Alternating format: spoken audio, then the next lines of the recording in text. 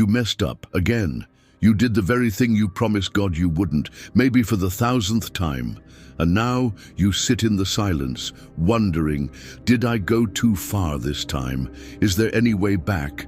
But what if I told you that the most powerful verse in the Bible for the broken is one you've probably read 100 times but never truly saw? And what if buried in that verse is the exact answer you've been crying out for? Before we reveal that verse, we need to journey into one of the darkest stories of the Bible, one that mirrors your pain, your guilt, and your secret sins. And only when we reach the pit of that story can we uncover the verse that holds your redemption. This isn't a message of condemnation, it's a rescue mission. For you, watch to the end. Everything changes there. When we sin, Satan doesn't just celebrate your fall, he whispers the most dangerous lie into your soul. You can't go back. He doesn't want you to just feel guilty. He wants you to feel exiled. He wants you to believe God's grace has a limit, that His mercy has a deadline, and you missed it. What is the verse? Why haven't churches preached it this way?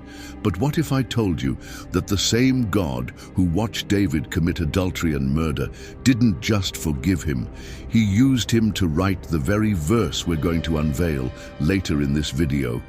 David, the man after God's own heart, fell in a way that should have disqualified him forever. Adultery, murder, cover-up, silence. Most people know what he did, but they don't know what he wrote after. That's where our verse comes in. There's a hidden part of Psalm 51 no one talks about, and when you see it, it'll change how you view repentance forever. Sin isn't just a moral failure, it's a spiritual fracture.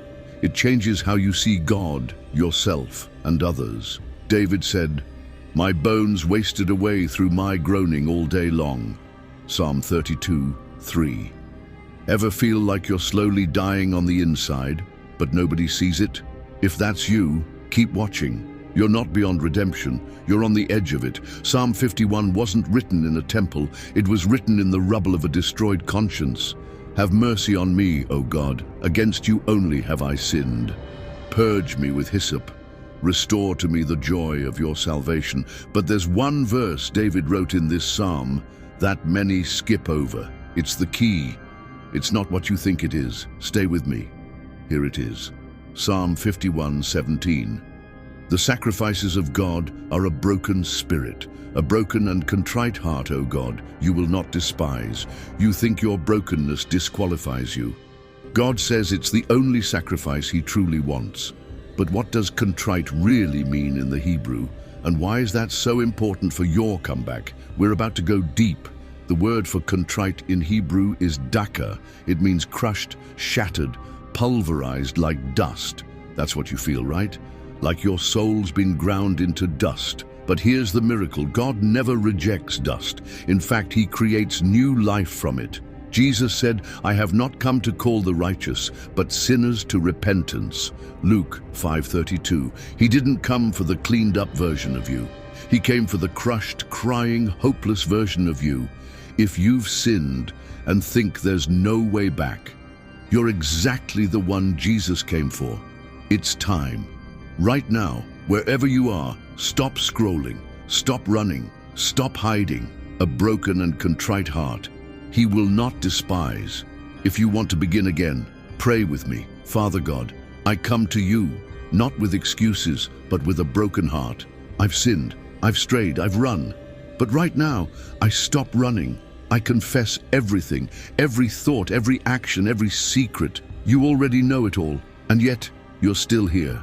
Jesus, I believe you died for my sins, and I believe your blood is enough to wash them all away, even this one.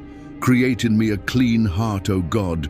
Renew a right spirit within me. Restore to me the joy of your salvation. Thank you for not giving up on me. Thank you for loving me in the middle of my mess. Today, I return, and I am yours. In Jesus' name, amen. Don't just watch this video. Save it. Share it. Because someone you know believes they've gone too far, and they need this verse too. If you've sinned and think there's no way back, this verse was written for you.